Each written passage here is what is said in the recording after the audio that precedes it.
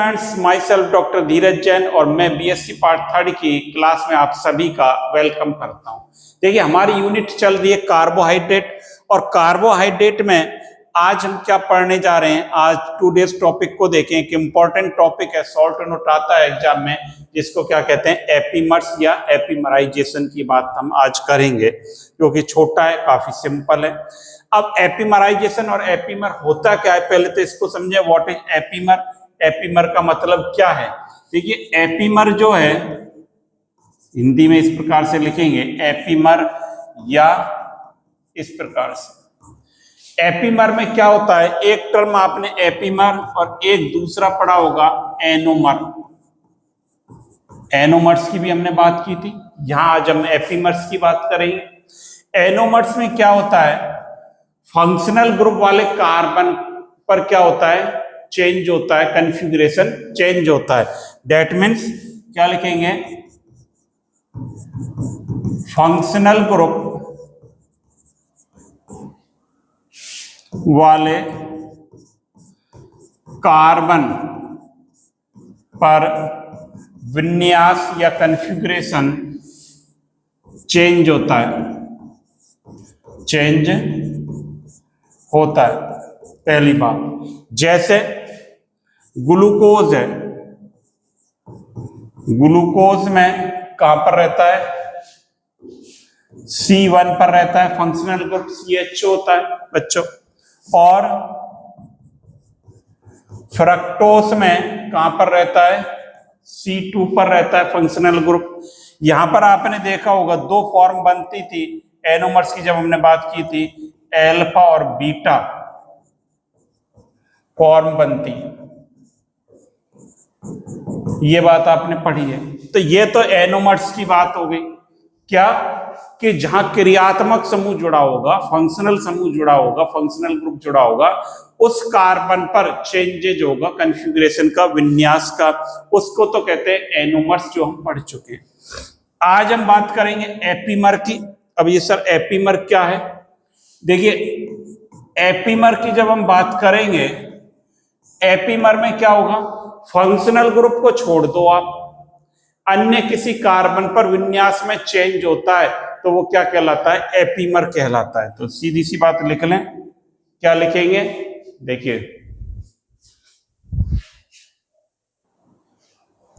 देखिए यहां बात आपने ये देख ली कि एपीमर और एनोमर्स की हमने बात की थी। एनोमर्स में क्या होता है, फंक्शनल ग्रुप वाले कार्बन पर विन्यास चेंज होता है, जैसे ग्लूकोज में C1 पर और फ्रक्टोज में C2 पर। अब जो है अल्फा बीटा फॉर्म बनती है। जब एपीमर्स की बात करते हैं तो इसमें क्या नोट करेंगे हम एपीमर्स में, कि फंक्शनल ग्रुप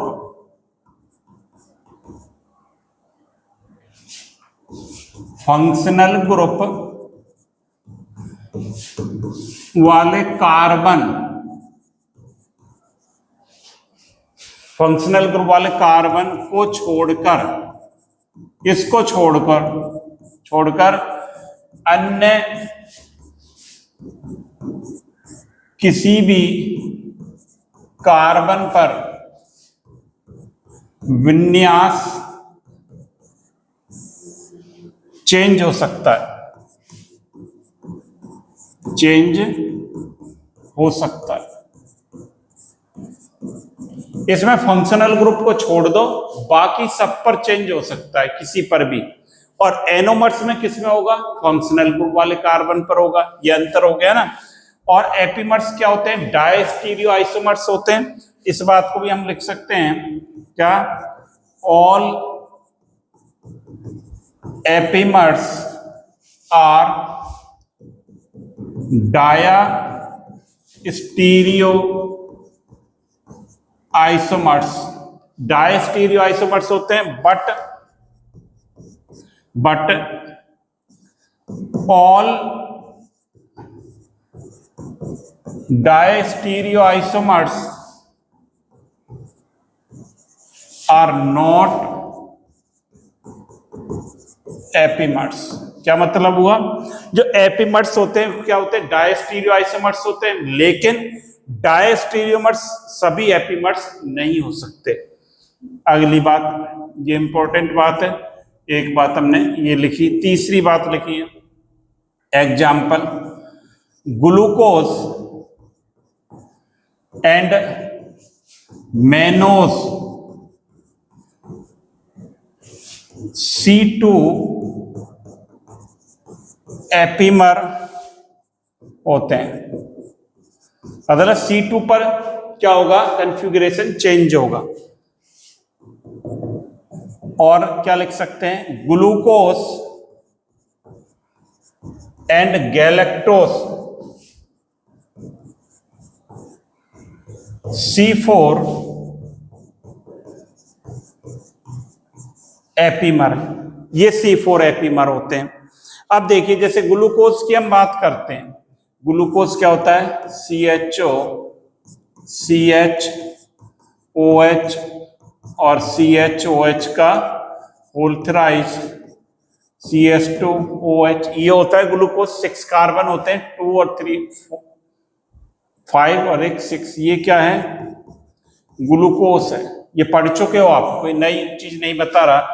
इसका जब ऑक्सीडेशन कराएं Br2 + H2O से, इसका ऑक्सीडेशन कराएं, माइल्ड ऑक्सीडाइजिंग एजेंट है, ये क्या करेगा, इसको ऑक्सीडाइज कर देगा, क्या बनाएगा, COOH H, इसको ऐसे लिख सकता हूं मैं, देखो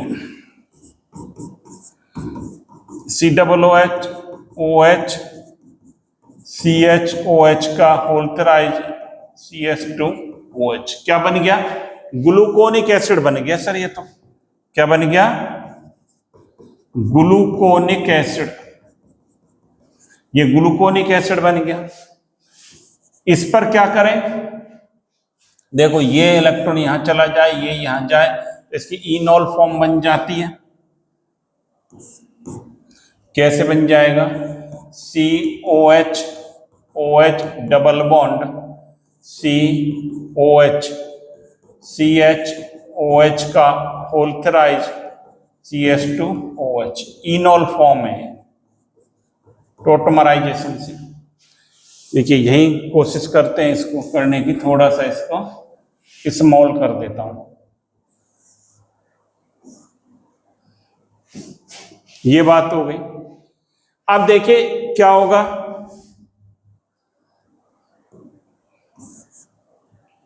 ये प्रीडीन की प्रेजेंस में इसको गर्म करें, तो ये देखिए कैसे कन्वर्ट हो जाता है, किसमें कन्वर्ट होगा, आपको पता है, जैसे ये पहले भी मैंने लिखा था, ये OH, ये बॉन्ड तो कहां पर आए, यहां पर आए, और ये बॉन्ड तो यहां पर आ गया। बात आ रही समझ में, या इसको ऐसे समझ लें, देखिए इसको हटा देता हूं, OH, ये यहां पर जाए और ये वापस से यहां पर आए, तो ये क्या बन जाएगा, COOH बन गया ऊपर तो, और इधर OH H CHOH का होल थ्राइस CS2OH, ये बन जाता है, ये इसमें कन्वर्ट हो जाता है।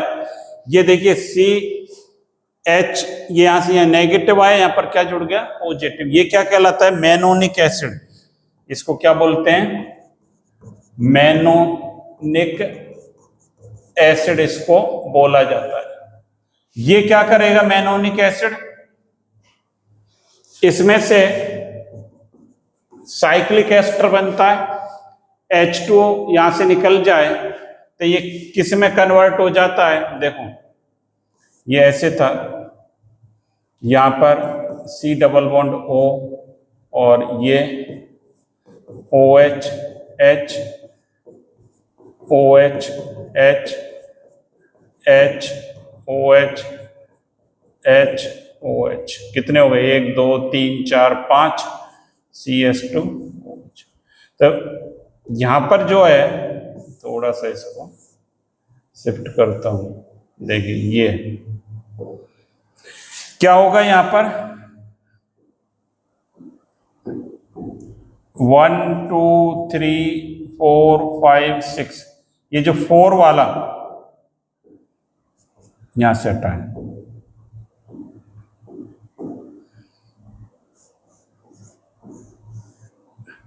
-H2O निकाल दिया, ये बन गया। इस तरह से बन जाता है, पहले पढ़ चुके हैं, कोई नई बात आपके लिए नहीं है। यहां से ये बेनोनिक एसिड बना, फिर ये H2O यहां से निकाल दिया, साइक्लिक एस्टर बन गया। अब क्या होगा, इसका आपको पता है, रिडक्शन होगा। रिडक्शन होगा तो ये बॉन्ड यहां से ब्रेक होगा, H, तो ये क्या बन जाएगा, रिडक्शन के पश्चात ये ऊपर तो हो गया CHO और COHH, COHH, ये क्या बन गया, HOH, HOH, CS2OH, ये क्या बन गया, ये ग्लूकोज था और ये क्या बन गया, मैनोस। इसको क्या बोलेंगे, मैनोस इसको बोला जाएगा। ये क्या बन जाएगा, मैनोस बन जाता है। बात आ रही समझ? तो यहां पर देखिए कहां पर चेंज हुआ है, C2 पर, यही तो चेंज हुआ है। ग्लूकोज ये था, ये C2S का और ये C2S का। कन्फिग्रेशन आप देख रहे हैं, C2 पर यहाँ H, यहाँ पर है OH, यहाँ पर OH और H, तो ये C2, यही तो आपने लिखा था। ग्लूकोज और मैनोज क्या होते हैं, C2 एपीमर होते हैं। अब ग्लूकोज और गैलेक्टोज की बात करें, जैसे देखो ग्लूकोज को लिखता हूं, ये है CHO, H, OH, OH, H, H, OH, H, OH और CH2OH। नंबर डालते हैं यहां पर, देखिए 1 2 3 4 5 6, ये क्या है, ग्लूकोज, और ये जो है C4 पर इंटरचेंज कर दें इनको, तो जैसे CHO, CH, OH, OH, H, और यहां पर क्या जाएगा, OH, H, H, OH, CS2OH। कहां पर चेंज हुआ, 1 2 3 4 5 6, C4 को देखा, इसके C4 को देखें और इसके C4 को देखें, ये क्या कहलाता है, ये कहलाता है गैलेक्टोस।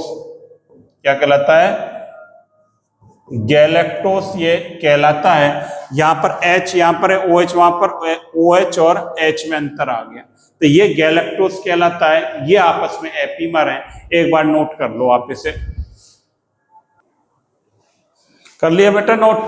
अब देखिए एक एग्जांपल और लिख लें, यहां पर देखिए क्या लिख लें, D ribose and D arabinose, D ribose और डी एरेबिनोस C2 एपीमर होते हैं। C2 एपीमर होते हैं क्योंकि C2 का क्या मतलब है, क्योंकि C2 पर क्या रहता है, विन्यास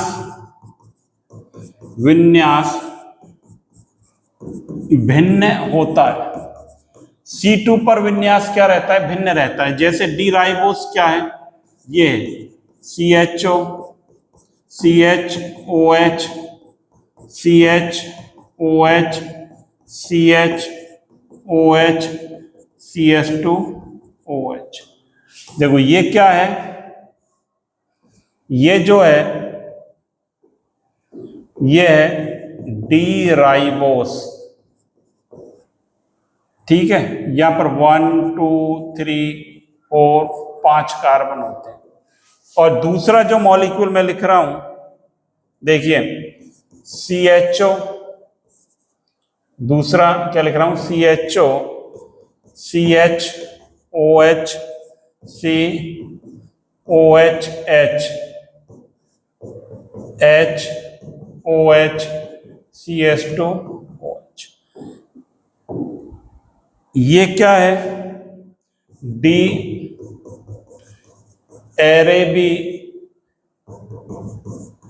एरेबिनोस कहलाता है। अब देखिए यहां पर ये 1 2 3 4 5 क्या लिखा था, C2 एपीमर है, इसका C2 चेक करें। थोड़ा सा गड़बड़ हो गया यहाँ, ये देखो यहां तक, इनको सही कर लें। यहाँ क्या करना पड़ेगा, C2 एपीमर है तो OH H H OH। अब आ रही बात समझ में, यहां पर कन्फिग्रेशन HOH, यहां पर क्या आ गया, OHH आ गया, तो ये क्या हो गया, C2 एपीमर हो गए। C2 पर, बाकी 3 और 4 पर क्या है, सेम है, तो C2 पर चेंज हुआ है कन्फिग्रेशन, इसलिए क्या कहलाएगा, C2 एपीमर कहलाता है। एक बार इसको भी आप नोट कर सकते हैं। कर लिया? तो इस प्रकार से देखिए जो है एपीमर्स के बारे में शॉर्ट नोट आता है एग्जाम में कि एपीमर्स क्या होते हैं, और राइट शॉर्ट नोट एपीमराइजेशन या एपीमर्स, क्या मतलब है एपीमर्स का, कि फंक्शनल ग्रुप वाले कार्बन को छोड़कर अन्य कार्बन पर विन्यास चेंज होता है तो वो क्या कहलाता है, एपीमर, और फंक्शनल ग्रुप पर चेंज होता है तो वो क्या कहलाते हैं, एनोमर्स कहलाते हैं। तो आज हमने ये सीखा, साथ ही साथ आप पढ़ते रहें और नोट्स बना लें इनके, और ये जो है इंपॉर्टेंट टॉपिक है, इस पर मोस्ट इंपॉर्टेंट लिख लें और एग्जाम में आएगा ये, इसलिए इसको पढ़कर जाएं आप एग्जाम्स में, जिससे आपके अच्छे मार्क्स आ सकें। तो thank you students, have a nice day.